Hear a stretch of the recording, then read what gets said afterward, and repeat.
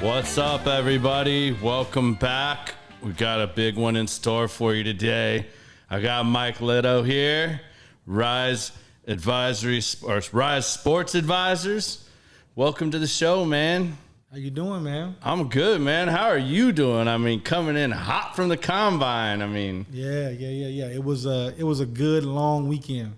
yeah, some good new prospects and stuff. Yeah, man. We have about 5-6 guys that are, we really are recruiting hard. We're in the last stages of signing some really good players. They performed really well this past week. Awesome. Well, before we dive into this, let's tell everybody a little bit about who you are, your background, and kind of where you came from and what you represent today. Yeah, so I'm originally from Fort Wayne, Indiana, born and raised, and I was a high school collegiate athlete, played running back, and St. Francis, right? St. Francis, yeah. Played in a couple of national championships, was a 2-time All-American, and got a degree in business administration with a concentration in marketing. Started my first company when I was in college, so always kind of had that entrepreneurial bug. I was, raised around some very strong men, my uncles, my father, grandfather. One of my uncles was a prominent sports agent, Eugene Parker, has 7 Hall of Famers. And so whenever Wow, 7 Hall of Famers. Yeah, 7, yeah. Woo. So when you grow up around, Curtis Martin and Deion Sanders and Rob Woodson and Derek Brooks, it's not bad people to, kind of grow up around. So I think when I grew up around that, it gave me people always talk about proximity. Sometimes what's in proximity to you can be good or it can be bad. And luckily with him, my grandfather, my Uncle Virgil, my father, Vincent, I was able to just be around some really good, strong men and gave me good examples. And they taught you a lot of these life lessons, I assume, as well. A lot of different things. Yeah. My grandfather was an old school throwback, singing in the church, owned his own construction company, wasn't a high school graduate from South Carolina. And my dad was a far better athlete than I was in baseball and basketball, and grew up around him. And my uncle was the one that got me to read and study and learn. So all of them just deposited different things in me and gave good examples, good demonstration. So what did you first start out doing when you first came out of college? When I first came out of college, when I was a sophomore in college, one of my best friends growing up, Brian Bossier, he was a doctor in physical therapy, athletic trainer, meathead, weight room guy, and when I was in college, we started our first company together. It was a training company, and so we ended up being one of the fastest growing training companies in the Midwest. Ended up owning 3 locations, had over 250 kids go to college. Maybe 100 went D1, 15 to 20 went to the professional ranks. So coaching and training is like facility. Coaching, training, physical development, mental, spiritual. We did all that. I ended up merging the company with a $2 billion hospital, and then I ended up selling the majority stake of it to a private equity firm. Okay, so you don't still operate that today? No, absolutely not. No, okay. I stepped away from that to be in what I'm doing now with Rise Advisors. Okay, so tell us a little bit about Rise Advisors and what exactly you do. Because I know even in the lounge there's a lot of confusion. Is he a sports agent? Is he a financial advisor? What exactly does Mike do? Yeah. That's the simplistic way to think about it. But so if you're familiar with a family office, the high net worth individuals that usually have amassed a wealth, a net worth of over 25 million, or had like a liquidity event of selling their business, they typically just don't have a financial advisor or an accountant. They have a family office that oversees their whole family and conducts all their business and so on and so forth to assure, generational wealth and good operation. So we have developed a multi-family office, which means you serve more than one family, specifically for athlete entrepreneurs. So we have a niche business that we are a multi-family office for the athlete entrepreneur. And so what we do is we take young men who have had great success on the field or on the court, whatever their field of play may be, and we help them develop a legacy strategy on what they want to be and what they want to do beyond the game. We have created a network of principals, managing partners, and private equity, real estate, venture capital that provides our good investment opportunities and deal flow, the mentor and access. And then we provide CFO solutions where, just like any company having a CFO, we oversee all their stuff. So where, whether if it's purchasing a home, doing stuff for family, what they got with a financial advisor, what they did with this investment over here. A lot of times athletes don't have one entity or one group of people that are overseeing all of it. So that's what I think the common perception is that the agent does all that. No. And that they handle multiple things like that, or their network of family does it. And what I found from talking to you is that's really not the case at all. No. The agent strictly deals with you and the team pretty much. Exactly. The agents are the football experts. They help you when it comes to your training, your marketing endorsements, your contract negotiations, and a liaison with the team. Okay. So how did you find your purpose? It sounds like you really developed this purpose of what you wanted to do. You went from the athlete growing, you said you grew up around it, you watched it. How did you find this purpose or this niche that to you serves your purpose? Yeah. I like to tell people from time to time that people confuse their purpose with their function. And so like for example, with athletes, they have a lot of identity issues at times because they tend to think that me playing this game is my purpose. And that's just not the case, right? So for me, my purpose hasn't changed when I went from my training organization to Rise. It's the same. My thing is to make entrepreneurs and develop leaders. Now I just do it at a professional rank from a business perspective. Before I used to do it athletically. And so for me, just like every athlete, right? I thought I was going to make it to the NFL, play in the NFL. I was pretty good at a time at a low-level school, and we had a lot of success. And I had ankle injuries, couldn't play, recognized I was a little too small, my body couldn't maintain it. And then it was like, okay, well, let me develop young men because I was always a leader, in that regard. And then when I sold my business to the PE firm, I got exposed to mergers, acquisitions, business development, business strategy, became a passion. And that's when I made the transition of developing athletes just to go to college or the pros and now start helping them become business people because I was the entrepreneur. I went through it. I lived it. I'm an operator. And so I'm on my third business. And so I wanted to transfer that stuff over. So what are some of the lessons that were really key, you think, from your grandfather, your dad, or your uncles that stick out to you, that kind of led you down this path or maybe inspired you? What do you think some of those key, Man, that's a good question. Key lessons were? It's a good question. I think, because a lot of people really look for, what was that moment or what were some of those key things that really inspired them or pushed them? Because you see so many people that are like, I don't know what my purpose is, or I've been an athlete my whole life and I'm not just an athlete.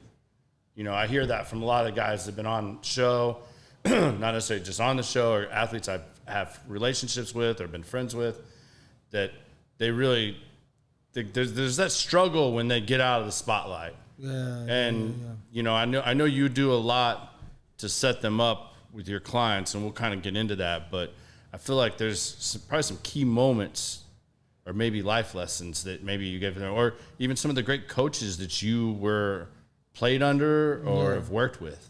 Yeah, no, I'll give the flowers to, my father, my Uncle Virgil, my grandfather, and my Uncle Eugene, right? Those are probably the most prominent, to be truthful. When it comes to my grandfather, I think it was hard work and it was family first. I've been told that if you honor your family, God will honor your dreams, right?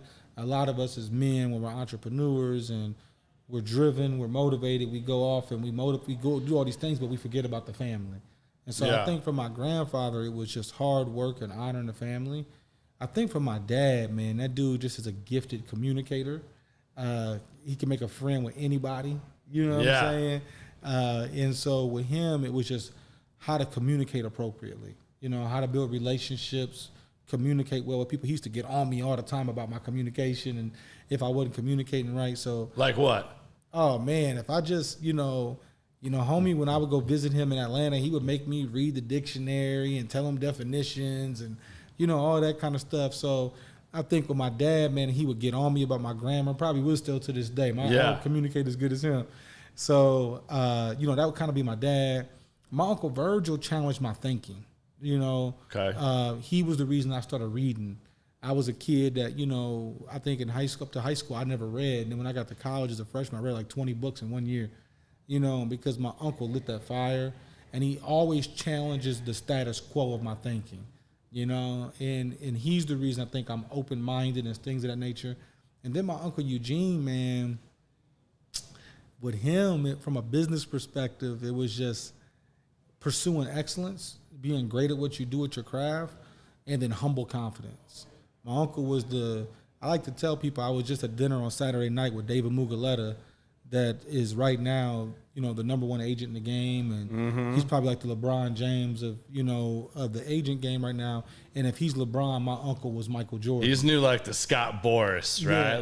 That every manager, owner does not want to have to deal with Muguleta. Yeah. I'm glad that he's doing a contract for one of my guys right now. But, my uncle was the Michael Jordan before him. Yeah. Opened the door. And it was really cool. So I was at the Combine this weekend, right? It was dope. And I walk into my hotel. I'm not lying. I posted it on my IG. Walk into the hotel. First day. I didn't even take my luggage into my room. It was this young brother from Dallas. Represents Jeffrey Simmons, I think, the D tackle for the Titans up for a contract. And he had a hoodie with my uncle on it. And it said The Standard, my uncle's face, and then his name on the bottom. And I'm like, that's my uncle, bro. And so I was going to my room. My cousin, who's an agent now, my uncle's youngest son, comes walking through the door. And my cousin, Austin, looks just like his dad. And so it was just eerie, crazy. Like the dude was there, we're talking. But yeah, so, from my dad to my uncles to my grandfather, man, a lot of the time, especially with young black men, you hear a lot about, and it's the reality for some people, absent fathers, that wasn't my No one in your situation. And I think that's why I can father young men so much and I pour into them, because I was poured into so much. Yeah, you're just kind of returning that gift. Yeah, for sure. What is it that you try to focus on first when you get a new athlete? What is the first path that you try to take them down? Because I think, it's just like when I had Jonathan Scott on here and we talked about his book. Yeah. When I read his book, it was written specifically for athletes. Absolutely, I've read it. I mean, it's geared straight at the athlete, but I'm not an athlete. I mean, I played high school stuff, but I wasn't even a collegiate athlete. Mm-hmm. So, but I read the book and I was like, man, it kind of sucks. And I wish this was put out in a different way as well, to where an average person would pick this book up and read it, because there's still a lot of really good lessons in this book that you don't have to be an athlete to, Absolutely. To take lessons from this book. So, whether you choose to be an entrepreneur or an investor, what's the angle you take, and how do you first bring these new athletes along? Because I think that would apply to, a lot of our listeners and other people, because I think a lot of what you teach and do, it's the high wealth individuals and stuff, but I think there's a lot of people that could be in that gray area or close to that want to learn some of these things. Not that you offer those services probably, but what are some of those lessons, and what route do you take a young player on initially to go down that road? Because I know you and I kind of talked a little bit, and I kind of want to key you on the conversation we had about you don't want to be an investor before you're an entrepreneur. Yeah. So for me, one, I like to say at Rise Advisors, I've built and am continuing to build a very strong team. And one of my greatest qualities I've always been is a really good mentor, and I know how to meet people where they're at. But with that being stated, I'm not for everybody. Right. I've been accused of being polarizing at times, and so some people they usually love me or just don't fit with me, and that's fine. right? Like everybody's not for everybody. I don't have an ego into that factor, but I got great guys on my team like Jay Bass who he has a different approach to me. Young, smart guy, relates to people. I like Jay. Jay's a good dude. Yeah, great guy, man. And so amazing in finance. And so with that, you know, those people can relate with guys that don't feel me. But when it comes to me particularly that work with athletes, one, you know, it's a marathon, not a sprint. I'm trying to help them develop as men first. And in doing that, I want to let them know that this isn't a judgment zone. Now, I'm going to set a standard, and I'm going to hold you to a standard when you say what you want to do for you and your family, and I'm going to keep it real. I'm not kissing your butt. I'm not doing any of that.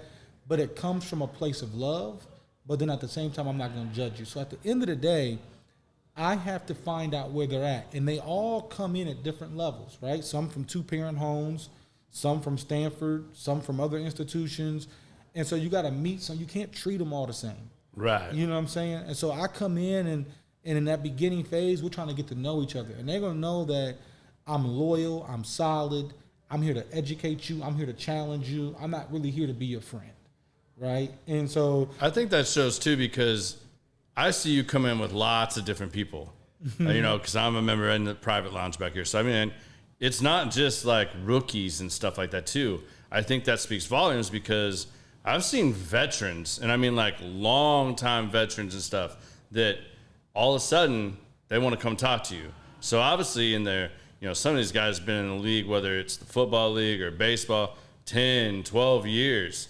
And obviously they haven't been provided a lot of this either.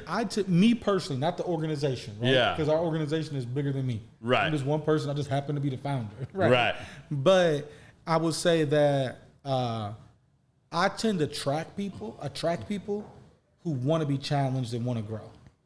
If you don't want to be challenged and you don't want to grow, I'm probably not the cup of tea. You know what I'm saying? And so from that, I don't take it lightly that someone trusting their family legacy with me. And so I think it's a calling, and I take it very, very seriously. So like you said, I try to get into that point of them. I challenge their mindset. I try to get them to learn how to think for themselves. It's about empowerment. I am not trying to enable guys. You know, I'm at a place where, you know, when they get to a place, like Jalen Smith was my first client. He's a vet now. He's on the tail end of his career probably, and starting his second career where he's going to be an Uber entrepreneur, and he's closing on a He's an Uber entrepreneur when he was a rookie damn near. I mean, Jalen putting out his own bourbons and all kinds of stuff. Yeah. Well, that was just there's some exciting stuff that's coming down the pipe with him. All right. And he was in training, but I would say that Jalen doesn't do stuff just for optics. You know, a lot of what you see in the professional ranks is optics, the look, the image, what's posted on social, all this. Now, he's committed to the craft of an entrepreneur. And so at his level, right, in the beginning, I had to educate, I had to mentor, I had to develop, and I still do. But at this point now, I help manage for him. Yeah. There's a lot of things he don't need me for. Yeah. He can go do it. He can delegate. I do this while he's doing that, and it's just a beautiful thing. Right. So I'm trying to get all my guys on their own path to that same level of independence and entrepreneurship. How do you weed out some of these guys that look at you maybe and coming in like they just want to add something else to what they do? You know, they see other guys that, you know, have their own bourbon or have this, and how do you handle that, and how do you mentor from that, or decide I'm not taking them on as a client, or hey, this is a growth opportunity here? Because there's probably a lot of guys that, like you said, it's for the flash, it's the optics. Yeah, it won't work with me. Yeah. So one is value alignment. I want to find out when I find out what a man values, I know what he'll do. Right? Yep. And so for me, I try to find out what do they value? Do our values align? Do you have the true desire to be an entrepreneur? Do you embrace accountability? You don't embrace accountability, you ain't gonna like us. Because you know we're helping set the budgets, we're checking the budgets, you're getting monthly reports on what you can spend. You know, if you're off budget, on budget, we're vetting deals. A lot of guys, when they get to the pros and there's so much ego involved, they want all this autonomy because they're their own man to do all this stuff. But with us, there's checks and balances and there's approvals of things. You got accountability set in line to protect yourself. And a lot of guys don't want that. Yeah. And we're going to... They want to live that big paycheck lifestyle. And so what we see is that at the end of every year, we do an assessment with the client and with us. And if it's not working, we just respectfully, separate. Yes, because, I mean, I imagine, and I know I've heard you talk about this before, if you make $13 million a year, you don't want that guy coming in here and living a $13 million a year lifestyle, because at the end of the day, that only lasts for so long. And you're trying to teach them entrepreneurship to where they can get to the point of investing and creating generational wealth for them and their families. Yeah, correct? So you talked about that a little bit earlier, right? Yeah. I kind of get to that. It's the basics 101 of cash flow. Cash flow and having a good cash flow and a good cushion so that you can invest, right? And if you don't have a good enough cash flow and a good enough monthly profit or annual profit, you can't invest. And so what happens with these guys is that what you going to play for 10 years, right? Yeah. But after you get done playing with 10 years and you're 30 years old, you're 32 years old, you got about another 30 years to live, right? And so if you just have saved that money and then you plan to live on that money for retirement, do the math. Like, is that money based on the lifestyle that you've accrued and that you started doing? If you can make your ego adjustment, which is not very easy to do. That's got to be the toughest thing to convince these young guys. I've been buying Bentleys. I've been buying this. I travel when I want. I do this. I spend $200,000 a year on clothes. I'm doing whatever it may be. And now all of a sudden you want me to change? It ain't that easy for anybody to change. One of the biggest things that we have in life is it's very hard for us to reprogram, right? And to unlearn things and changing your mindset. New things. But I think it's significantly, now that's just for us, right? Yeah. Now be a celebrity. Yeah. And that people see you as a certain image and live in a certain way. You think that's easy to change? Yeah. And so if you can't get to these guys and educate them and challenge them at a young age, it's going to be very difficult later on. So we look at our success of how are our guys going to live after they've played the game. That's really when we know if we want or not. So how do you guys deal with that these days? I mean, I've heard you also talk about, and I'm sure it's a big deal with these guys, and especially this younger generations. Before you didn't have all this social media, big advertising, and all this stuff like that. That these guys are so worried, and rightfully so, about their optics and how they're presented and what that looks like. What are some of the things you coach young entrepreneurs on to deal with that and the pressures of all that? Yeah, so I think it's, I focus on athletes, but I think that it's fundamental. A lot of these things are universal principles. Yeah, right? exactly. Universal laws. I think the number one thing for any of us in our lives is having people around us that can check our blind spots and help us be aware of things. We are all most dangerous when we're unaware of something. Right? When we're doing damage to ourselves, to someone else, and we don't have an awareness.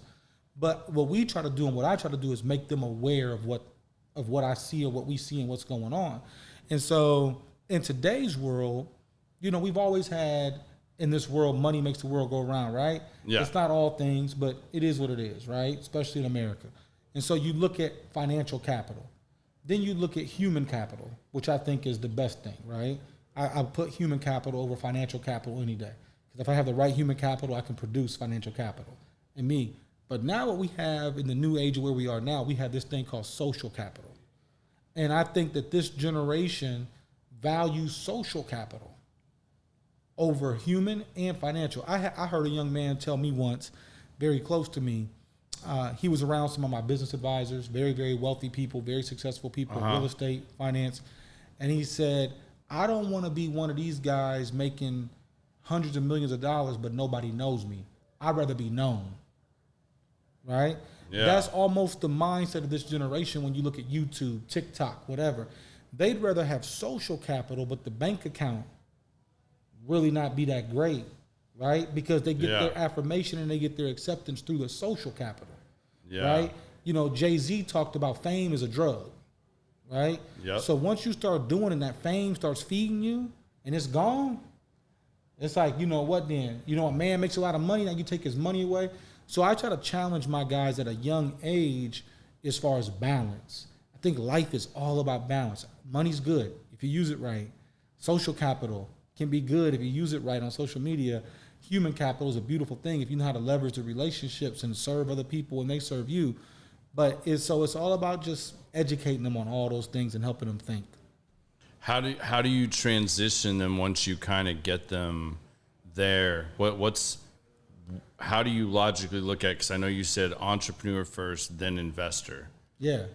Why do you set it up that way? And then how do you transition somebody like that? Yeah, it's three things. It's the athlete first, right? Yep. Because wealth is built in concentration and it's preserved. And they have a very short Bro. And so period. a lot of people will say, well, people will say, well, you got to let them focus on football. We do, right? We do. But they've been student athletes their whole life. So they've been able to do two things. Why all of a sudden they can't do that anymore? Yeah. So what we try to do is educate them, but you got to concentrate on football because we're in free agency right now. I have a guy in free agency. It's his success in football is why he's about to make a whole lot of money.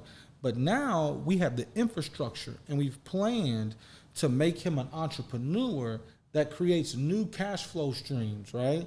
Yeah. That keeps this high earning potential from football, keep a fraction of it or the same of it still going so that he never has to stop being an investor.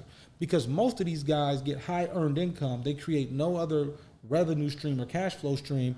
Then in the second phase of their life, when they got 30 more years to live, they're no longer investing. It's just, I'm not really investing. I'm saving to live off of that on the second phase of my life. And I think that what happens is it runs dry. We see guys a lot. I live in Dallas. There's a lot of guys that are retired pro guys. I'm able to see their lifestyle, see what's going on, and they're not living it like they did when they was young. And it's for obvious reasons. Yeah, because they didn't think about that future. They stayed in that moment. Is that where you're seeing some of these guys that are maybe more our generation that are, or maybe the generation right below us that maybe they've had that 6-8 career and that's about to max out, but they're on that last contract where they're starting to find guys like you and absolutely and come in? Absolutely. And I will tell you one of the things that's been confirmation for me, this is going to be our best draft class ever in our organization. We're going really, really well. Yeah, I've seen some of these guys come in. Although some of your guys owe me a fantasy year this year in football. I'm not going to name any names, but I had some high hopes for a couple people. Although one of them I am going to give a little shout out because he's definitely my keeper. Is Sky. I mean, got his touchdown in the Super Bowl, man. Right. I'm happy for Sky. I got a lot of shit for that. They're like, you took this guy in what round? I'm like, he's a keeper. I'm telling y'all, they gave me so much shit. We love it. Him and Haskins. I got so much crap for that. And I was like, y'all watch. Then y'all gonna be mad when I get to keep him for 3 more years and he's a first or second round pick in fantasy football. Talk to me then. That's my man's. But I hear what you're saying. It's definitely, but one of the things that's been confirmation for me, I was saying earlier, was out of these guys who got in this rookie class, 3 of them, their fathers played in NFL. They love what we do because they can reflect back on what they did and didn't do. That's humbling in this confirmation because they know what they know, where other parents have never run this route, so they might not fully understand our value. That's awesome, man. That's got to be a big step and a big, like you said, very humbling experience to have a father that may or may not wanted his son to follow in the footsteps or have those pressures, because some of these guys were great players, and then have their son get to that moment and wanting all that and more for them, and then to instantly want them to be on board. That's got to be a pretty amazing. It's humbling, man. We're in a really good situation, and I'm blessed that God has opened the doors, and we're just trying to be obedient to it. So, how did you use the word mentor a lot, and I like that, but everybody can't just find a mentor. It seems like you hear people say all the time, well, I'd love to find a mentor. How do I find a mentor? How would you recommend people find a mentor, or how do you find other mentors that, even at this stage of your game, because you're constantly around and being introduced to new experiences. How do you look at that? Yeah, I think finding a mentor, I think, is a couple things, right? So I think it's based on what you see yourself wanting to be. Yeah. What you admire like from a value standpoint, and then what are your weaknesses, right? Yeah. And I think if you can identify where you want to go, what you value in human beings, and then what your weaknesses are, you can then look to see those things in somebody else. They've already gotten where you want to go. They have the values that you value, and then when you look at your weaknesses, there's things that they're actually strong at, right? Yeah. And they can do your check your blind spots. So for me, I never try to force myself on someone to be a mentor. I let them select me, and then I see if I have the time to pour into them. Yeah. And so for me, when I'm looking for certain things, it might be in the lounge, it might be whatever, and I'm seeing someone and I'm seeing their energy, their vibe. I'm like, you do what? You do this? And it's like, yo, can I talk to you a little bit? Can you feed me a little bit? And so that's kind of my process in identifying a mentor. Okay, that makes a lot of sense, because that's when you're involving yourself in those groups. And that's one thing I talk about with the lounge and lots of stuff like that is finding places that you can go to that create these kind of environments, bro, where you can meet other people that are not like you, that have other experiences that you can learn and grow from. Because that's one of the main reasons I started this podcast, because I sit and everybody thinks this is like, I'm trying to remember and bring up certain conversations you and I have had over the last 2 years. There's been a handful. But these are conversations that we just sit and naturally have. It's not as question-oriented and directly related to doing a show, but these are things we talk about, or that I hear you, I'll overhear you having a conversation with somebody, and, hey, man, you mind if I ask you about this? And, hey, tell me a little bit about this. Like, I'm interested. Like, educate me a little bit on X, Y, Z. And you're more than happy to always share that information and do that. And there's so many different opportunities that I always encourage people to find environments like that you can put yourself in. Because I think that's the key to, you having personal growth and success and being exposed to different things. Man, being in the right environment will either accelerate your growth or stunt your growth. Yeah. But being in the right one or the wrong one. Yeah. I remember I had an athlete a long time ago from my first company, went to Stanford, played running back. We used to come back to Indiana and challenge me. I said, what you like most about Stanford? He's like, it ain't the education, it's the space that I walk in. It's the opportunity. And I always tell somebody, if you're not happy with your space, change it. Mm-hmm. You know what I'm saying? If it's not feeding you, change it. And even for me, like when I moved out here 3 years ago to Dallas to move my business here, the lounge is one of the first places I found where just to have peace, decompression, get with, quality men to just kind of vibe and talk. You know what I mean? Yeah. And so industrial has been great to me. And, I like Pops and the Franks family. They're good people. Yeah, I agree 100% on that. What, man, I totally lost my train of thought. That was where you had me there. Man, I hope, I'm going to bring this up because this is one of those things where you and I had a talk. This is one of those deep conversations you and I had. Okay. And I want to get you, Can we have this on here? Huh? Can we talk about it on here? Yeah. Okay. We talk about, we can cuss, we can do whatever we really want. Within a certain realm, right, Vince? No comment. No, but I asked you a question one time, and I'll share it with everybody else because I want to know, and I want to challenge people to think about this more, because I couldn't believe that at this day and age people still thought like this on certain things. But I asked you one time, I was like, do you have any white guys that you represent? And you were like, I have, but for some reason, a lot of guys don't relate or have faith in taking advice from a man of color. Mm-hmm. Do you think that's changed at all in the last few years? Or do you think, because to me, there's things that you're exposed to that I'm not exposed to, and there's things I'm exposed to that you're not exposed to. I would want to learn about all of that and find lanes within all of that. So what are your feelings now on that? Do you think that's shifting? Do you think that's changing? Yeah, Think it's still status quo? So let me first say, like you and others, I have very close white friends. Yeah, I mean, some of your partners too. And my partners and so on and so forth. And I think that, one man's experience doesn't have to be everybody's experience. Yeah. And so I would say that based on my experience, I feel like sometimes consciously and then sometimes subconsciously, it's depending upon where you were raised and where you come from. Yeah. It may be hard for a young white man that's going to the league or whatever that, especially if he comes from a well-off home, right? Yeah. That, you haven't seen. You probably haven't seen a black financial advisor. You probably haven't seen a black CEO. Yeah. You probably haven't went to a black doctor. That's not your normalcy.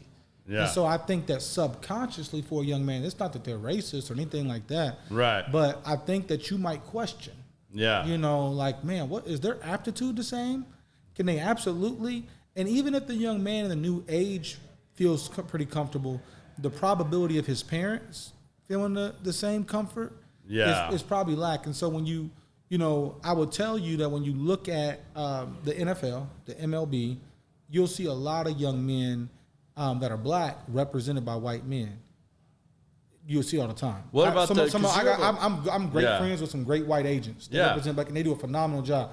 But you won't see a lot of white men. But do you see this changing with because you have a lot more mixed families now, and this younger generation that's coming into the drafts and stuff now, and like a lot more. I mean, I think culturally that mixture is shifting and changing. So, do you see that growing a little more? I think that probably doesn't. I think what I'm saying probably doesn't apply as much to mixed families. Okay. You know what I'm saying? Mm-hmm. But if it's not a mixed family, I think it could be a challenge. And again, this is not an absolute. This is not across the board. It's just an experience and what I think could be a challenge. So for me, I'm a high discerning person.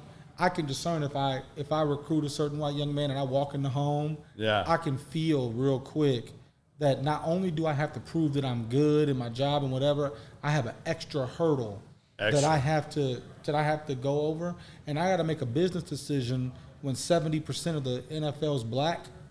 That do I really even want to? Do I want to face continue that to deal with that? Yeah. I completely understand.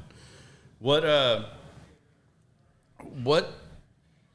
some of the lessons you've learned from some of your early clients? Like what are some things that have that surprised you that maybe they showed you or they taught you, cause you're building quite the roster nowadays. So I'm sure there's some maybe funny, maybe just, or just solid good lessons that you've taken from them.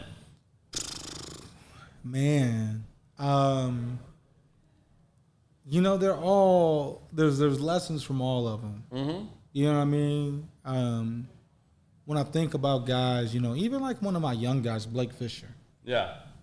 He's gonna be an All-American. He's gonna be a first-round pick next year. I don't know the name if he decides to come out. And crazy personality, comes from a great family, very articulate, just very, very well-rounded. Sky Moore is probably the most creative client I have. He's like a creative genius, from a standpoint of just anything with Sky. You got to be smart to be able to put up with Andy Reid. I'm just saying. I said that. He did not say that. I said that. Right. Appreciate that. Yeah, clarify that. But I just think that, from his artistic and his clothes to video to music to... you saw him rap after the game. If you saw that go viral, that was funny. It was dope. And so, Sky just has that.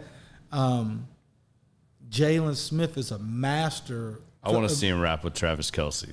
Travis Kelce, hey, that's his boy. I know. That's You told me. I want to see them. I think they need to do a little I don't know, TikTok or Instagram. It'd be live. I want to see that. I just think it's gonna be something to go viral. Y'all know he's on Saturday Night Live this weekend. Who, Kelce is? Yeah. Oh, he's hosting really? Saturday Night Live. Nice. Yeah. He Kelsey's dope, bro. Yeah, I'm he sure got the he personality is. Kelsey's dope. You know what I'm saying? Kelsey had a black girlfriend, broke up with her. You know what I mean? Kelsey's dope. He has the beard gang going. Yeah. He's the GOAT at tight end. Kelsey's everything, bro. Kelsey's everything. You know, the one thing that me and you talked about, which you turned me on, and it's more about, so you have so many things going on. You're dealing with so many different personalities, young, old, parents, and all that. How do you maintain your level of sanity when you do this? And you introduced me. Everybody knows about energy, vibrations, and all that. But a couple weeks ago, we had a nice conversation. If you guys all notice, every time you talk to Mike, it ends up being a deep conversation. It's deep, like everything. Everything, like I literally got common thing, like Stop. I talked to this dude about the paint on his car, and we ended up discovering the beginning of the universe. Yeah. But no, but he suggested 2 books with what I do, being a creative, and then how I was a little off, and he says, "Yo, you got to read this book on vibrations." And it's true when you think about, even when you and I, Garrett, talk, and you're frustrated and you freaked out. If we light up a cigar, everything chills out. Man, say mention about your journey with how you discovered your energy, your vibrations, and things like that, and how that keeps you kind of level-headed, especially in the arena that you play in. Yeah, that's really good. So a lot of things. So like, I think a lot of it I learned from my uncle being very meek. You know, he was meek. He had to deal with prime time. I mean, right. He did. He was featured heavily in his book, Money, Power, and Sex. But you know, he was very meek. You know, a lot of people go into this industry to work in this industry, and either players don't play for the love of the game; they play for what the game gives them. A lot of people that are in my position and work in the game, they want to work in it because of the clout and the hype. I'm not attracted to that stuff. It don't feed me. I don't have a desire for it, right? I'm purpose driven in what I do. And so I think for me, man, my team knows now the first 3 hours of my day are mine. I don't take meetings. I don't do anything.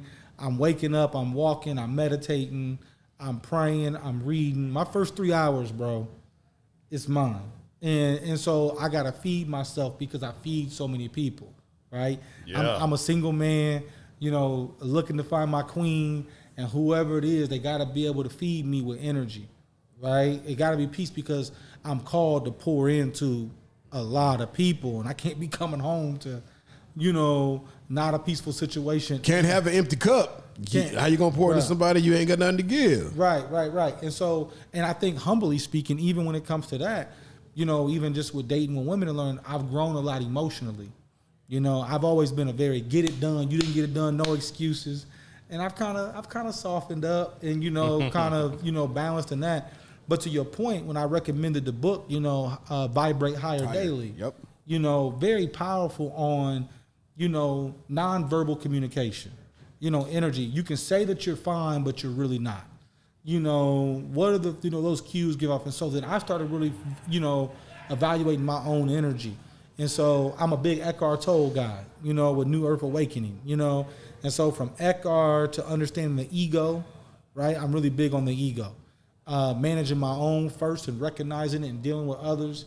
And then now with the energy of understanding those things. So like, for me, man, it's all about balance, you know? And I think that sometimes we want to put people in boxes. You know, like I had to get on one of my guys the other day about Sky, you know, after he won that Super Bowl. Sky turning up, you know, Sky energetic.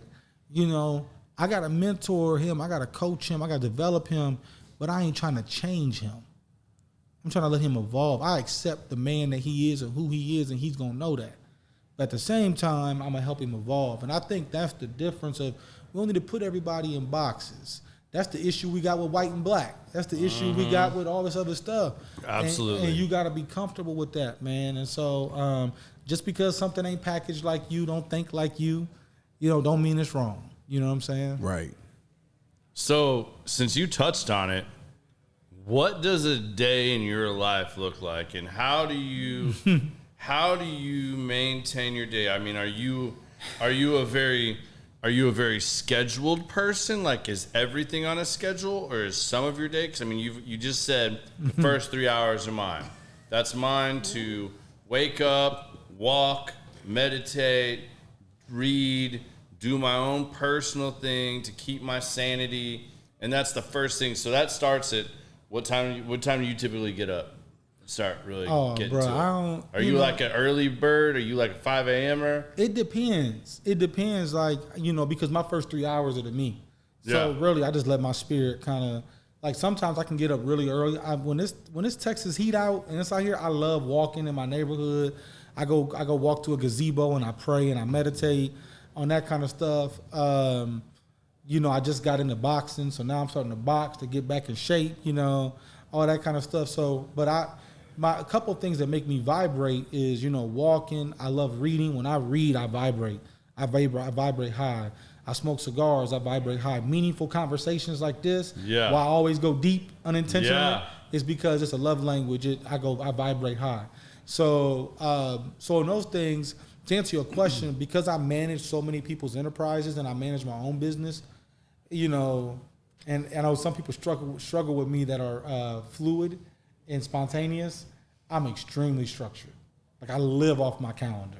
Yeah. So I live off my calendar. I live days and weeks out in advance. I leave room for balance and peace, but then, so I'm very objective driven. There's a great book that we operate our company by called The One Thing. And so we operate on that. Like, what's the one thing I have to get done every week? What's the one thing I have to get done today to win my day? And so I'm very structured like that. So do you keep your whole day like that? Because obviously you got to keep. No. And I found for highly successful people, highly active, highly motivated, however you want to word it, and people that accomplish a lot in a day, the way they set up the day, the way they attack their day varies greatly.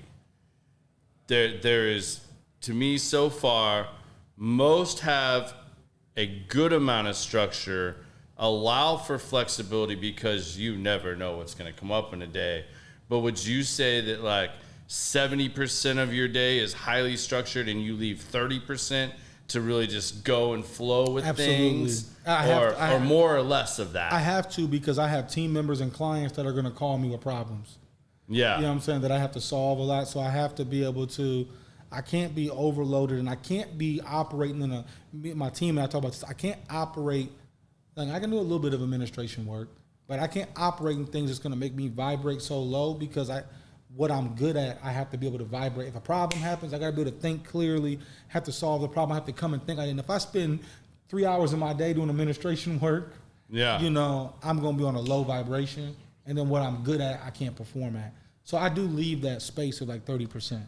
I'm going to tell y'all right now, if you come in the lounge and you see him with his headphones on, leave the man alone. Yep. He's solving some shit. He's vibing in his own head, figuring it out. Because the minute you see them come off, and it's always this magic little moment, like somehow the noise canceling just goes out enough that he hears us talking about something. He's like, yo, wait a minute. Did you just say that's funny, XYZ? Bro. And then you are now, and we are about to go down the mic train. And we are going to talk deep about whatever little tidbit he caught somehow when he was like zoned out in his world. But he still heard this. That's funny, bro. That's so you. Like, I mean, like, man, that's why you observing me like that, bro? Dude, I think it's awesome. And I love having these conversations with you because, like, again, every time we get into them, I vibe higher off of having a deep, meaningful conversation and learning something. And every time one of those moments happens, I'm like, yes, here we go. We're about to get some golden nuggets from Mike. Something happened, something just clicked, and maybe he just heard XYZ, and it helped him, like, put that little piece in the last bit of the puzzle, and now he's ready to talk about it because it's probably spinning off of that other thing you're trying to solve or work with, and you want to know more about it because you're about to dive off over here, and it just happens to be that weird vibe that happened and you heard it. I just feel like, man, to your point on the 70-30, right? Yeah. I'm glad you said that because I just think it's all about, I'm going to keep saying it, it's about balance. Yeah. And I think that whether if it's you, whether if it's me, whether if it's biz, like, we got to leave room for our creativeness. You know what I'm saying? For our growth. And if we don't leave room for that, bro, we just don't expand, right? We just can't be out here just doing. Just doing. You know what I mean? Like, you don't have any purpose at that point. Like if you're just you're an order taker, you're not Right. you're not doing anything creative. Yeah, you know, you're not feeding the soul. Simon Sinek talks about the golden circle, right? The why, the how, and the what. You know what I'm saying? Like, I like one of my advisors, Rob, said at our symposium last year. Biz was there. Yep. And he was dope, and very, very, very successful. And Rob said, you got to go 5 whys deep. 5 whys deep. When you want to do something, ask yourself 5 times why. 5 times, why am I at this podcast? 5 times, boom, boom, boom. Ask yourself why. And so it takes you to a deeper level. I guess that's why I'm so deep all the time. I'm going 5 whys Yeah. deep. But that's why it took me since like September last year when I started this to get Mike pinned down and confirmed. I was processing. He asked himself for 5 months, why? That symposium was so difficult because I was in charge of capturing it media-wise. Yeah. So I'm holding a camera in one hand and I got pen in my notebook in the other hand, trying to do both because, like, the stuff that was delivered at this thing, like you said, whether you're an athlete or not, it was the basic common sense things that were being delivered. Yeah. I was like, and to see all these athletes, Sky, Jalen, all of them was sitting there, notebooks, notepads, iPads, everybody was out man. taking notes, taking it all in. I got to go to this symposium the next time he has one. Like, I definitely want to be there to witness this. I mean, yeah, I've had close friends and different people that I trust and love, challenge me on like, I don't know. And I'm always open to good, honest feedback, constructive criticism. They're like, Mike, are you caught up in people's status or how much money people got or, and if you know me, I'm not. Like, I don't even know what half the people in the cigar lounge do. I don't know what they're worth. I don't know how much they make. I really don't give a damn.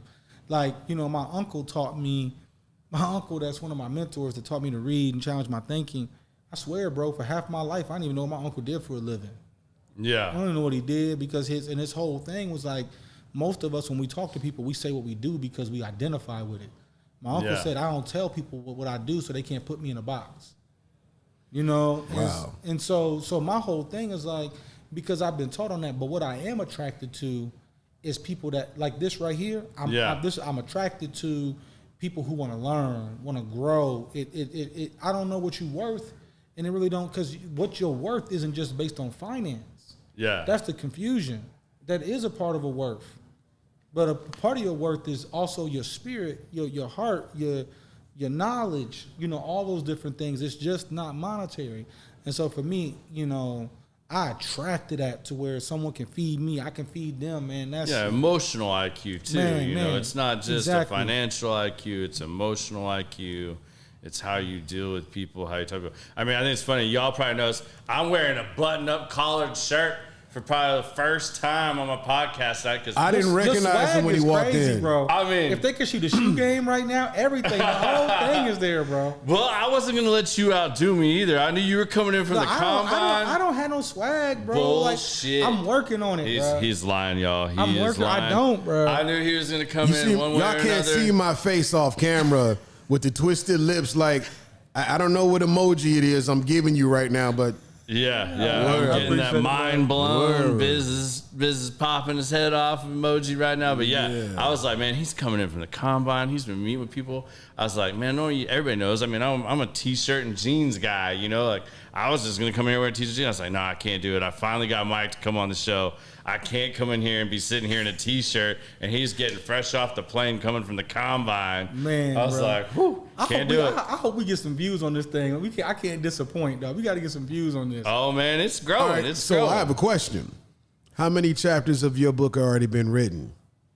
Oh yeah, you talking about a book? No, I know you writing one. There's no way, and we haven't discussed this or said this, y'all, but there's no way with the experiences and lives that you had, where you're growing, that you haven't started, you haven't planned, or there's a manuscript on something somewhere in your spot.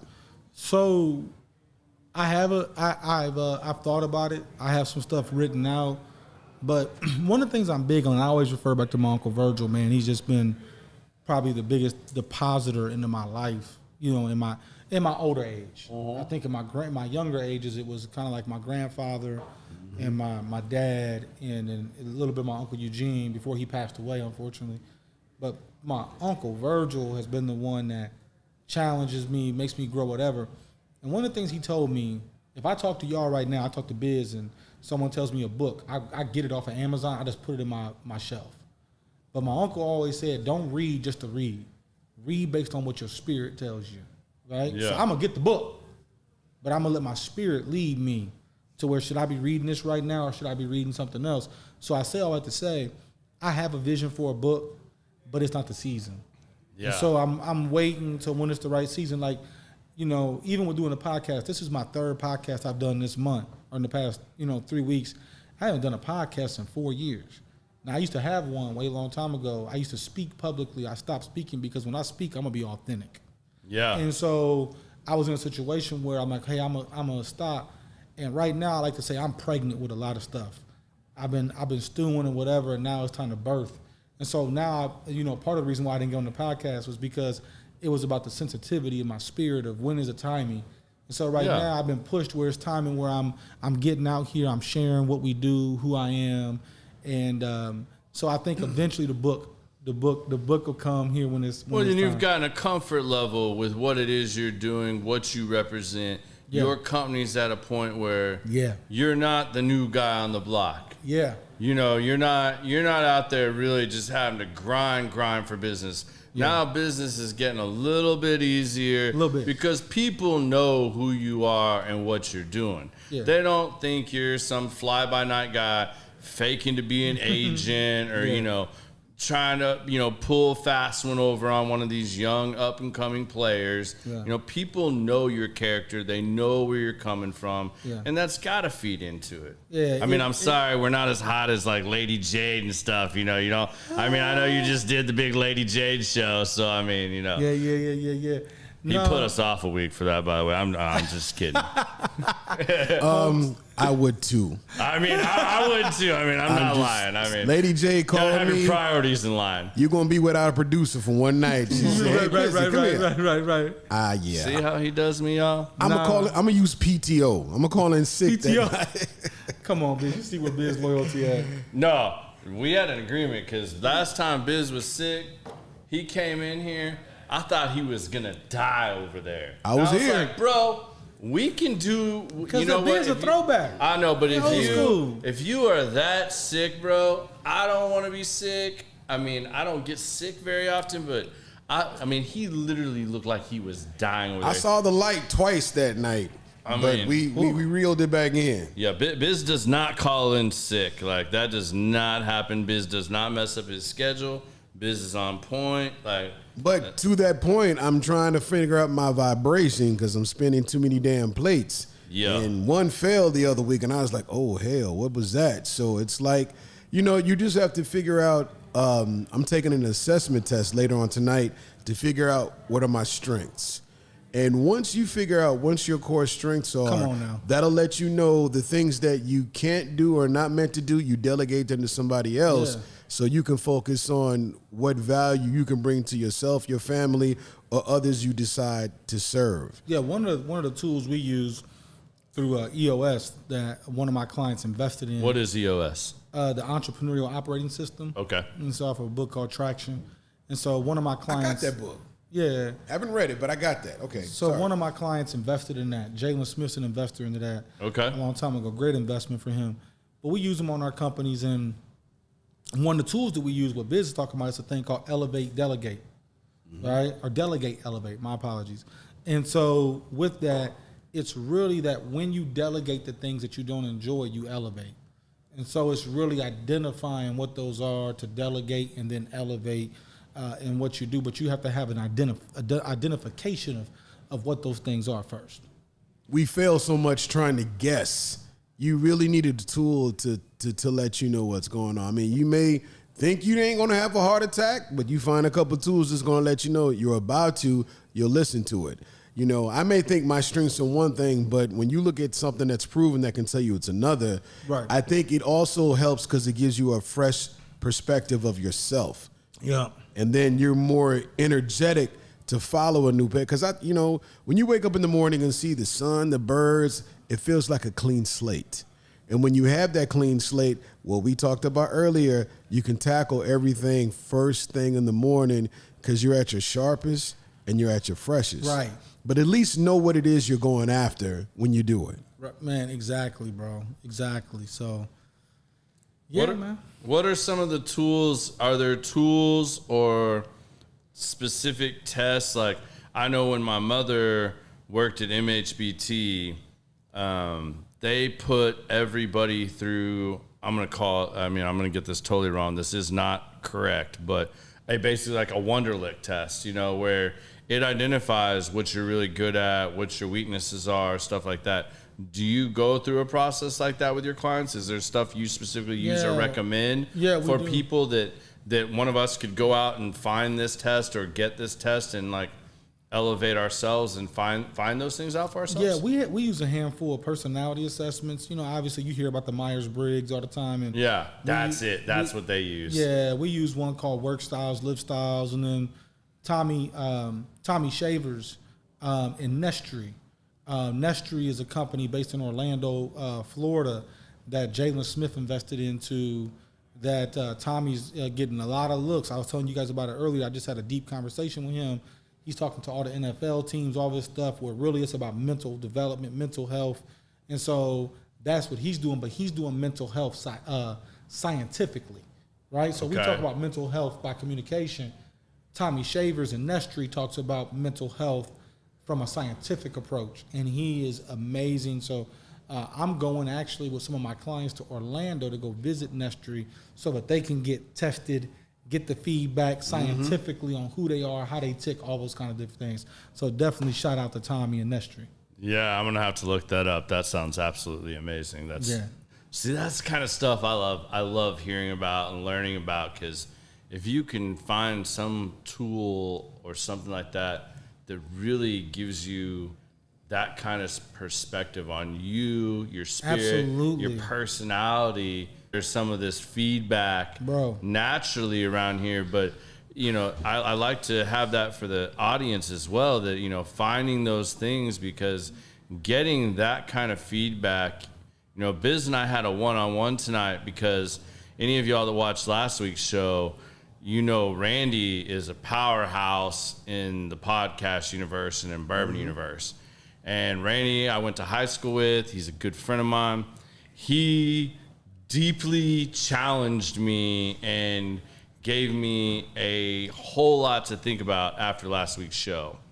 It rocked my world. Really? Yeah. This dude was crushed when he left. In a very good way. Like, in a very good way, but yet... When I say crushed, I don't mean like in a bad way. Like he said, he was just like... It made me question everything. Yes. It was a floodgate. Because it was a whole different perspective than the way I've been looking at my podcast, which is not my day-to-day business. Like, I don't do podcasting for a living. This is something I enjoy to do. Right, it's a passion. And that, it's a passion, because I like having these meaningful conversations with people, and I think that others can gain from it. So learning how to take that and grow it and share it with more people is my biggest challenge.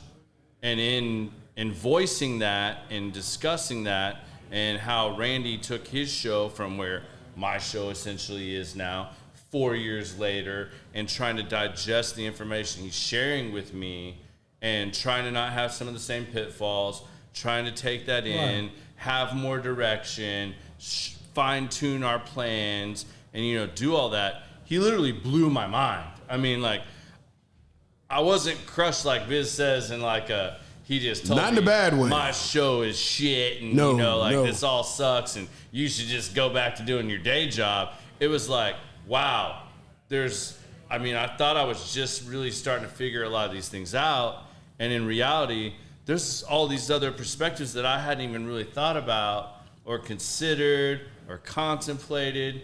And man, I mean, I went home and I couldn't even sleep that night. Like That's what I mean by crushed. It was I'm so sitting much here writing information all night long and like, all right, what do I think about this? What do I think about that? Who can I talk to about this? How can I do this? How can I make this happen faster? How can I do these things? And it was growth, you know. And I immediately, like the next morning, I was like, Biz, yo, we got to have a meeting next week. Like, let's have a pre-show meeting. What day? Unfortunately, Biz was like in and out of town. I was like, all right, fine. This day we're having a meeting, and like me and Biz said, and we did that for an hour and a half tonight before any of this happened, and we sat there and really went through that. And I mean, I got more of Biz's perspective because Biz was involved in that conversation, so he got to sit there and take that in. He had a little different perspective than I did. He was able to ask me questions that spurred further thought and contemplation, but yet then I gave it back to him in a certain way of where I was at, and we're going back and forth with it, so like that's the stuff I love. And like I'm curious because you do that all day long for a living. Yeah, I you know what I think is so dope about that, to listen to you having the humility, right? Yeah. And the openness to receive whatever those constructive criticisms were, to digest them. Yeah. To get what Biz, you identify some things, you discuss it, and then you get to solving. Yeah. That's what we call it, right? And so, but sometimes your ego won't allow that. One of the books I read talked about how the person who actually is wrong in a conversation is the person who's winning. Yeah. Because if you're always right, you're never learning. Yeah. Right? And so when you go to an approach of conversation of going, if I talk to you and you are actually right and I'm wrong, I won. Yeah. You won that day. Yeah. Right? You won. If you wouldn't have went in that and you wouldn't have been wrong, you would not have won. So I think that is the thing for me, man, when you can put that aside and talk to people and you can receive. Some people want to be right and some people want to be effective. Yeah, but failures are also growth opportunities. Failures are lessons. And in that too. So since we're there, what are some of the biggest failures that taught you the greatest lessons? Bro, come on. Man, come on, bro. Like, what is something you thought was the right way early on with your business? Be it the one you sold, Are you talking or your about business, current one? personal? Both? It could be both. Whatever comes to made mind. an impact on you. What made an impact Biggest on you that impact. changed the direction? That you thought this was the right way. You had to learn this lesson the hard way, and now all of a sudden I would say you learned and grew from it. my approach being having my son at 18 and how I raised my son in certain facets as far as like pushing him, wanting too much for him and stuff. As a father, until I read a book my uncle sent me, it was too late. My son was 18 at that point. I was like, damn, wish I could have got that book 10 years ago. So anybody I know, I always recommend. But, I think my son, I got divorced, after being married for 16 years. And, some of that just wasn't the right fit, but then some of it was, shit I did, what I'm saying? And you learn from that now that you get out into to dating at 40 years old. You know what I mean? Oh, I can't even imagine. You got to look at yourself the hard way. But yeah, it's a different game out here. But, so I think in that, and then I think just in my first business, man, I ran that business for 15 years, sold a majority of it, had some good ups and downs, partnered with some people that had some good up and downs, went through some almost litigation type like stuff, just different things. And man, those kind of things are what I wouldn't be the entrepreneur. I wouldn't be the leader. I wouldn't be able to solve problems. Like that shit was hell. But when you look at it now, wisdom comes from experience. You can't gain wisdom without experience. Yeah. You know what I'm saying? That's why these great quarterbacks in the playoffs, you get these young dudes that all y'all be geeked on in fantasy football through the regular season, and then they get into the postseason and they garbage because they ain't got no wisdom, they don't got no experience. I heard someone say that wisdom is knowing what not to do, right? And you can't know what not to do until, unfortunately, you do some things wrong.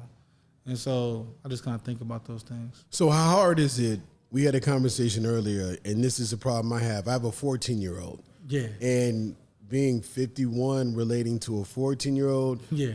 it's hard. So, like, I DJ. Everybody knows I DJ. So when I'm DJing events, playing half the shit they listen to, I'm dying inside slowly. Take my headphones off. I go to the bathroom and come back. Okay, record's almost over. Let me get back to the real. But do you find it difficult with a little bit of a, you're 40, and you're now talking to 19, 20, 23-year-olds. Is it hard to deliver that message where my grandmother used to always tell me, I'm just trying to tell you I've already been to where you're trying to go. So I'm trying to help you so you don't have to bump your head like I did because I've already traveled that path. But is it hard to get that message to your clients, especially the younger ones, because of the generational gap? Or do you find them to be a lot more savvy than we give them credit for, to listen to the advice or to understand the path that you're going, or try to put them on? Yeah, so Jay Bass usually works with those guys. He delegates that, is what I just heard. Because that's your strength, or the way you may deliver it, or the way you can relate. Yeah, Jay thinks like a 40-year-old, but he really 28, right? And so, but he can relate with those dudes and do whatever. I ain't got no ego. Like, I can recruit a guy, and I can sign the guy, and he can be the first round pick. But then if I recruit him and I get him, and I think Jay Bass is better for him from a relationable standpoint, you know what I'm saying? We just delegate because we're a team, and it's about, it's all about the effectiveness of, getting the job done and who can most relate. The one thing I found is like, and you read this, Biz, in Vibrate Higher Daily, it talks about the wrong person. The wrong person isn't a bad person. The wrong person just ain't the right person for you. Yes. And so when you look at that, I no longer look at it that way. Like, the wrong person don't mean that they're a bad person. It's just not a good fit for me, or I'm not a good fit for them. And I have no ego in that. A lot of people in my industry, man, when you lose clients or they recruit them and they don't get them, they just be like so emotional and whatever. I don't be on that. Like, I get with a dude, they don't sign with me because I go into it that I don't think they need. My ego's not big enough to think that you need me to be successful. I think I add a value, right? But my value is only as good as you see. I can't force you to see value in me. You know what I'm saying? Yeah. You can't force your woman to see value in you. You can't control that. Either she sees it or she doesn't, So I just think, man, when you manage the ego and do the shot, and you can't force someone to see something in a season that's not meant for them to see it either. So I just had this conversation with the other sales guy at my company that I do my day job. He's a younger kid. He grew up in the construction industry. And Mason, shout out to you. If you're actually listening, I doubt it, but we'll throw it out there anyways. You're going to have to go back and listen to hear that I actually gave you a shout out. But, I've told a lot of other sales guys that have worked at our company before. Right. Not that it got taken to heart and it never worked out to where it was actually the right scenario. But there were times that, like, early on in my career, I went after a client or a certain relationship, and I realized, like, me and this guy do not vibe. Or this is a bad job. We need to walk away from this job. And then my bosses would say, why are we walking away from this? Well, here's all the information. I don't think this is a good deal, but any of y'all want, here's all the information you need to close this deal. This is what you need. If you want to pursue it, go right ahead. For me and personally, I don't think this is a good deal. We've all heard the phrase, right? Yeah. We've all heard the phrase, all money ain't good money, right? Yeah. We like to say that we don't try to recruit our own problems. Yeah. Exactly. You go and you get money up front, but that problem ain't worth the money. Yeah, some headaches aren't worth it. And, and it's the same thing I've told this other sales guy, and he's the first one out of all the different sales guys we've had. Him and I, it's a good, because he's kind of country. Okay. He's a little different than me. You're not country? I'm not country. You're not? No. I've been confused this whole damn time. Oh, No. man. I thought you was a country bumpkin. No. I mean, like, I'm not country in the way that he's country. I mean, like, I moved around every 3 Can't years. you be growing up. a new age country? Can like we put a spin on country? I mean, I could probably do it. I mean, I'm down. I mean, I'll give it for you. But I mean, I'm either gonna vibe with people or not. Right. And that's kind of what I've told him. I was like, in the end, it's about the relationship you're building. Because in the end, if you don't have a relationship with that client, it's not always the price. You know, like there is a price, and sometimes that job is about price. But in the end, whether you get that second look or the last look, some of that comes down to your relationship. And if I know consistently that me and ex-client are not vibing, but yet every time we're at XYZ event or they're around the other sales guy, like, all right, hey, let's have a conversation. Let's work this out. Let me make the introduction. Let me help you. I mean, because it's going to help all of us make money in the end. But if you actually vibe with this guy and have it, like he's the first person in the history of our company that like, him and I actually have a shared client. Like, that is so rare in what we do. And other guys have said they should all be like that. Well, no, because you kind of like, it's still sales and it's competition and, you know, you've got time and energy invested and there can be some other things that tie in and twist that. But overall, when it comes down to a specific client, why would I keep hanging on to a guy that's giving me very little? And because deep down I know him and I just don't vibe on that same level. Like, as much as I want it, it's not going to be fruitful. It's not going to be fruitful, and I'm kind of just wasting my time and killing time because at the end of the day, we don't see things the same way or we don't vibe the same. And it's costing you vibration. And it's costing me a lot. I mean, time, money, energy, whatnot. So, like, why not, if he is that fit, pass that on? I mean, if that other person is not that fit. The only way you're not going to do that is if you caught in your ego and you're trying to prove people wrong.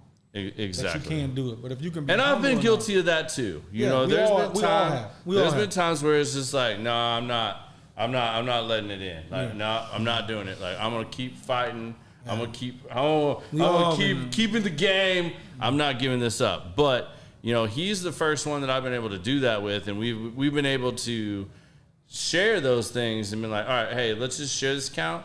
Let's just see which way this shakes out because right now neither of us are really there. Let's just handle it and see what comes of it. So do you also, we're talking about young and fresh recruits.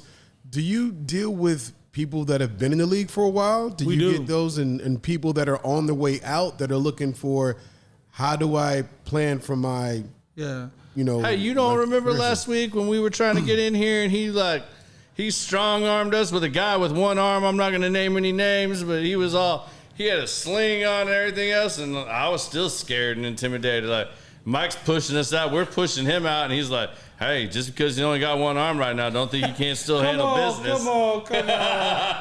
Come on. Yeah. Dude had 8 sacks this year. He's a good player. But so you do deal with clients that have been in for a minute. Yeah. So now, are they easier, you think, because of their knowledge, or is it harder? It's interesting. That's a tough question, bro. So, like, think about it like this, right? Is it easier to build a house from scratch at the bottom and lay a good foundation, or is it coming to fix it later? You know what I'm saying? So in some regards, when we get vets, they have a lot more money, but most of the time they ain't coming to us if everything was Gucci. Yeah. Right? That's true. They coming to us like because we got to fix some things. So now we got. But are they more open? Well, sometimes, you know, they're open, sometimes they're not. You got to come in and fix them some things. You got to tell them that, you know, woo. And so what happens is this, I said this the other day, what's normal always isn't right. And what's right always don't feel normal. So it's some things they've been doing for a while that feel real normal. And then we got to help them change things, and it don't feel real right. Change is uncomfortable. It's gym, you got to change their mindset. But one of my old football coaches told me no change equals no change. You know what I'm saying? So we kind of got to get to a point where we can do that with those guys. So, yeah, we work with vets, and we also do consulting for athletes that own businesses. A lot of them got the bread, but they don't have the structure or, experience. They got the aptitude. It's just experience. And so we'll come in and kind of give them some tools, some structure, some advisement, some guidance that if they got a business and it's not optimal, to try to help them get it to that point. Do you also, so you guys do you have one sport that's more prominent than the other, or do you advise athletes in all sports? Well, you know, way back in my day, many pounds ago, I used to play football. So, you know, I come from that, having a training company, doing that, be my uncle. So that's my sweet spot as far as I know the game really well, better than probably most people walking on the streets. And so you know, that's just by default. I love that too when we have those deep football conversations. But love that. But basketball, I don't know a lick about. I just like LeBron. What about baseball? And then baseball, I'm garbage. But Jay Bass on the basketball. They make that bread though. Baseball. Well, we trying to get there. But you know, I just gotta. Said you need to think about baseball, Mike. Oh, we baseball, Mike. I don't need to be convinced. But watching the baseball game is like watching the paint dry in a snowstorm. They need to cut that season in oysters. half. Like let's just be real. They're doing a lot of things to speed up the game, but if baseball would cut the season in half, I mean, same thing with basketball, I think. Like basketball, look at all these players sitting out, not playing games. Like, that's going to start to have its toll and effect at some point, and it's going to force these leagues to really consider How you going to make this. up that revenue? How you going to make up that I was just about to say, we just had the conversation about How you gonna money. make up that revenue? I mean, I'm sure there's a lot of creative ways to do this. I mean, I'd have to really think about that. I mean, like that many games, but I mean, You go cut the games in half, so you No, know don't that cut if you the take game the in half. executive volume, you got to increase the price. Even when the normal season increase is your TV deals and stuff. I mean, they all said get away from cable and go to those independents, and now you got 10 different subscriptions and you're paying more than you were paying just for that one. But think about I mean, it. it's all going up. When the regular season is over in any other sports, they just create another league and keep going. NFL's over, so now XFL is Or on. here's this. I got an idea. Shorten the regular season and then make the tournament for the playoffs and the championship a little bit bigger. For baseball and basketball. That does not work for football. Although they just kind of did that with football. In college. You talking about with the season? Yeah, with the season. If you shorten the basketball season and the baseball season, but, you know, let's just say basketball, let's say, you know, 8 teams make it in. Let's make it 12 and make the little playoff bracket. Maybe there's more games in the playoff bracket. They're all 7-game series or whatever. Same thing with baseball. If you let the bracket be a little bit better, who's hot right now? Who's going? All right, you got 32 teams in baseball. Let's get down to the 16 best teams. You other 16 get to go sit over here, but these 16 are going to play, and we're going to have a legit series, like for each one, and break it down a little bit there. I'd rather watch the regular bowling. season down, and you have more players. How many people do not watch? I mean, like me personally, baseball. Grew up playing it my whole life. Love baseball. I don't watch baseball during the regular season, except for very What key, you play, second base, shortstop? key matchups. No, I played catcher, center field, and second base. You like a catcher. Catcher, second base, and center field. Yeah. See it. So But that's kind of true. I don't watch basketball regular season, but I love watching when it's the playoffs. But in Yeah, me baseball, too. you watch Me too. you watch Yeah. select matchups. But how many people watch the playoffs and the World Series in baseball? You don't watch shit When you get to else the World all Series. year. Yeah, see, you only World Series. But if those games meant a little more, you might watch some of that. True. You're not watching the regular season because there's 100 and something games. It's Football ridiculous. NFL has it mastered. Yeah, that's what I'm saying. But you can't do that with baseball.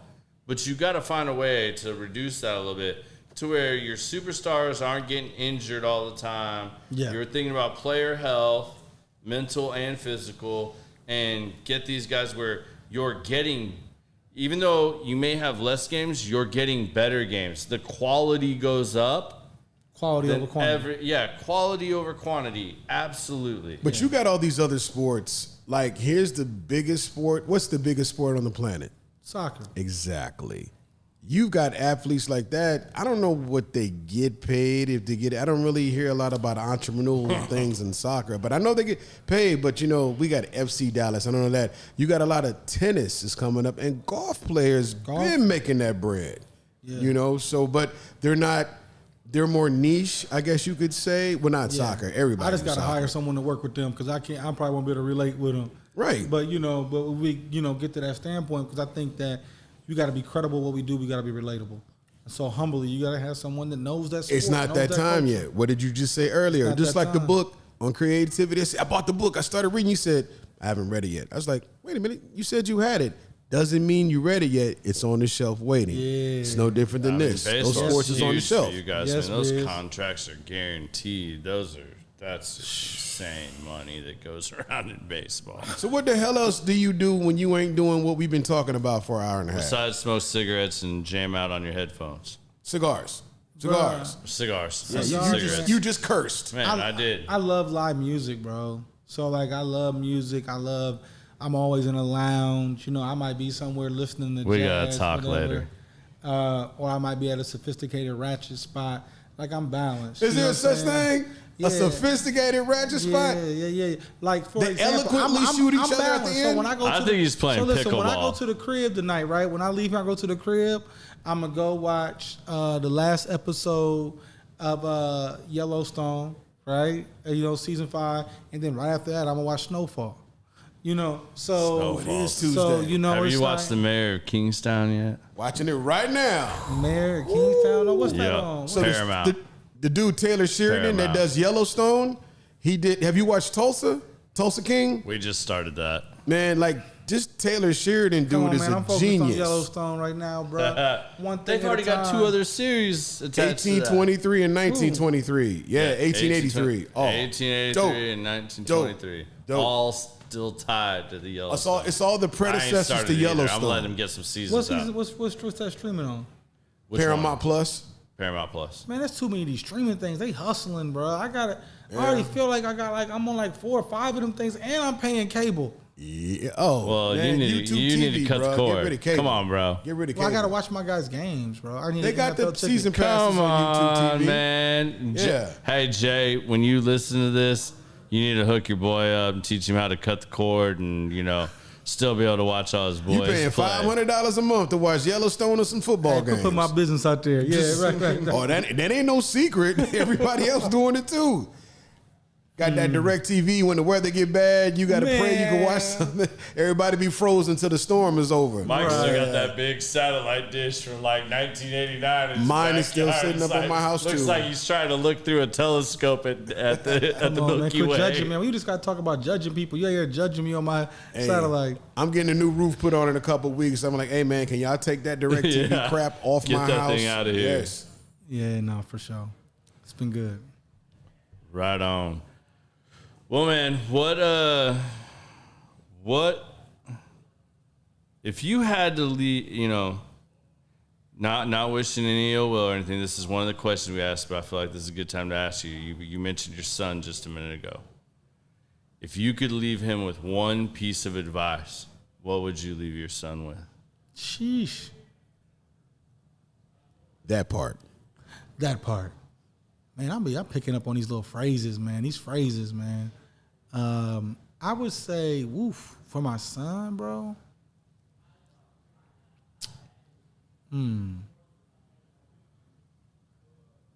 I would tell him to embrace who he is, right? Yep. Embrace who he is, and then I would tell him to embrace who he is, love his family, and master finances. What life lesson would you hope that he picked up from you? That you can do anything you put your mind to. You don't have to be the smartest person. You don't have to. If you commit to something and you put your mind to it, you can get it done. When you're recruiting these younger players, what does that process look like for you? Do they find you, or do you what's your I guess what I'm asking, what's your scouting look like? How do you identify the player that you think, especially when it's a young kid, 18 to 21-year-old that's coming out of college, typically, how do you identify that player or person that you want to have a conversation with and that you want to consider doing work with? So we first, obviously, they're athletes. So let's just use football. That's our primary sport. Is we identify if we think this person is a person that can projectingly be a starter or a Pro Bowler at the next level, right? That's our kind of client. Top 100 draft pick or you're a starter at the next level. So that starts there. Then we identify, does this person have an interest in entrepreneurship? Starts there. Does this person have good character and do they value accountability?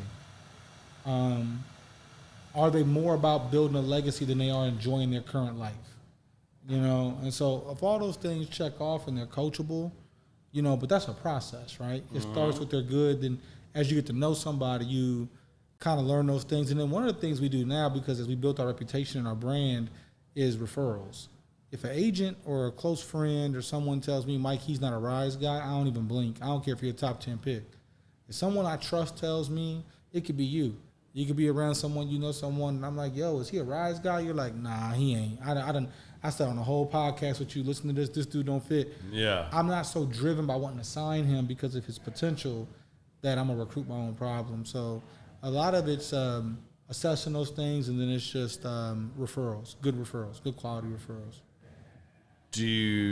Are you being approached now? I mean, I know you don't do a lot in basketball or stuff like that. I'm going to use D1 and, these other select teams that, come out now, and you see these kids getting signed to letters of intent when they're in like junior high and high school and stuff like that. But now that you're going into baseball, where baseball really starts in high school, are you seeing that you're being reached out to by the parents or people like at a much younger age, or is it still staying at the collegiate level? It's still collegiate.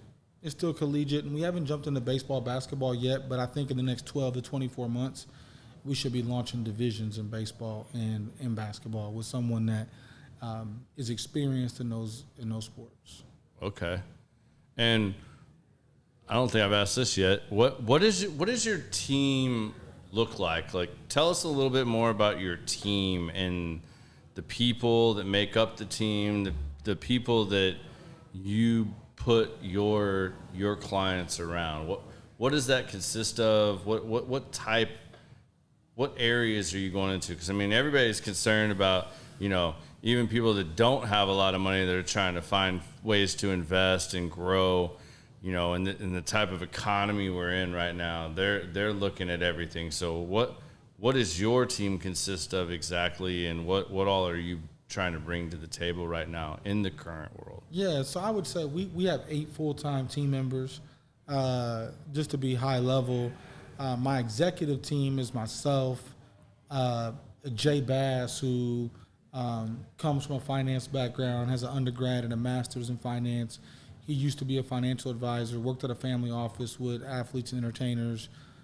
Very just relatable and intelligent guy, high IQ, high EQ. He's going to be a star in the industry, Jay is. And then Annie Bailey has been with me from day one. She was my first team member, a very good friend. Annie is a rising star from a female perspective in this industry.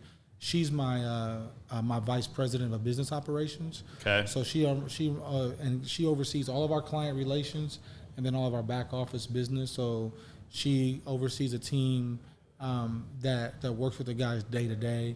And then Jay, kind of with me, he helps from a business development standpoint of working with the guys on strategy, business, finance, so on and so forth. And then we have a team with client relations. We have a team with operations. We're building out a finance arm with a VP of investment soon. So, yeah.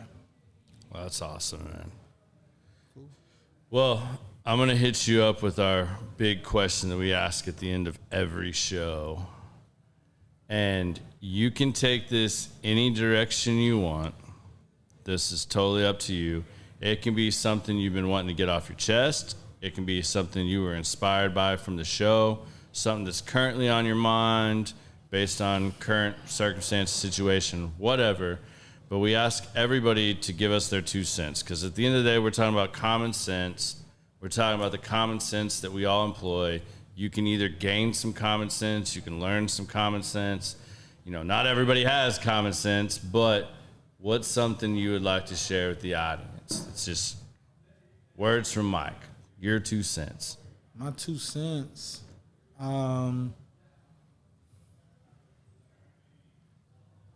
Embrace people that are not look like you. You know, don't be afraid of things that are different. People are different. Don't try to put people in a box. Don't be intimidated by people that have different views than you and different perspectives, different approaches. Why are you passionate about that? Why does that resonate with you? You know, my dad was black, mom's Cuban. I was raised by a poor white woman as a babysitter. I've just always been around diversity. You know, I value diversity. I think that when you're around that, although I am very pro-black, but I don't think pro-black means that you're racist or you're against something else. For me, I value everybody. Some of the greatest lessons I've learned are from people that are not like me, that come from something different than me, whether if it's race, gender, social status, whatever it may be. And so I just think that people should just embrace all people. I think when you do that, you grow. I agree. I think we need to all look at each other as Americans, as humans, you know, and get back to that instead of trying to put everybody in a box or a category. I mean, you know, that's where you really get back to the rawness of being humans and sharing and learning from each other. Absolutely. Well, man, I want to thank you deeply for finally agreeing to come on the show. Stop it. And, you know, it was the right season. Yeah, it's the right season. It's the right vibe, man. I hope everybody enjoyed the vibe that we put out there. Yeah. I hope you enjoyed the show. And, man, I'd love to have you back on again soon. But, man, thank you very much. Thank you for allowing me to be on the platform, you and Biz. And I love the energy. I love the vibe. It's authentic. I enjoyed it. Oh, man, I'm glad to hear that. Well, we'll be back next week with another great show for you guys. Until then, I hope you guys can take some good nuggets away from this and that you look forward to the next episode. Thank you for joining us.